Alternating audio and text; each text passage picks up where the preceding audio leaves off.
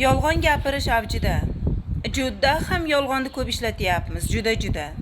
Hech qachon ham bo'lmagan gap degan gapni gapira olmaysiz, chunki deganda yaqinlaringiz o'rtasida baribir ham birta bo'lsa ham yolg'on gapiradigan inson bor.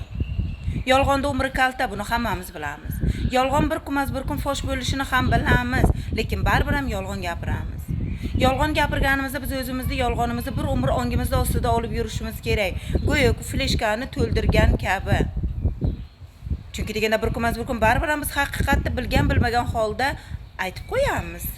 Nervda bo'lganimizda, stressda bo'lganimizda, asabda bo'lganimizda yoki bo'lmasam o'zimiz bilmagan holda baribir ham aytib qo'yamiz.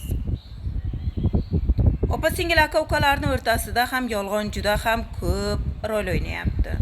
Bir-biriga yolg'on gapirib, bir-biridan foyda ko'rishadi. U ham mayli.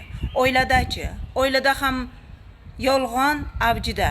Buni ko'rgan farzandlar nima qiladi? Ertaga farzandlar ham yolg'on gapirishmaydimi? Ayoli erkak o'zini turmush o'rtog'i esa o'zini ayoliga yolg'on gapirishadi. Maqsad nimada o'zi? Biron bir maqsad bormi? Ota-ona farzandiga, farzand esa ota-onaga yolg'on gapirgan.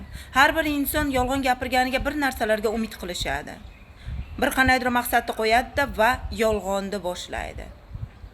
Lekin yolg'oni fosh bo'lganda uyalmay netmasdan ko'zlariga tik qarab, qizarmaydi ham, sarg'aymaydi ham.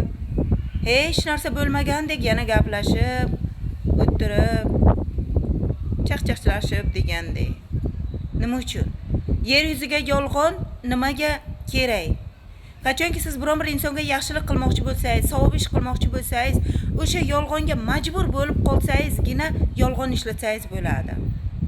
Lekin har kuni yolg'on ishlatsangiz, oxiri voy, yodingizdan chiqarmang.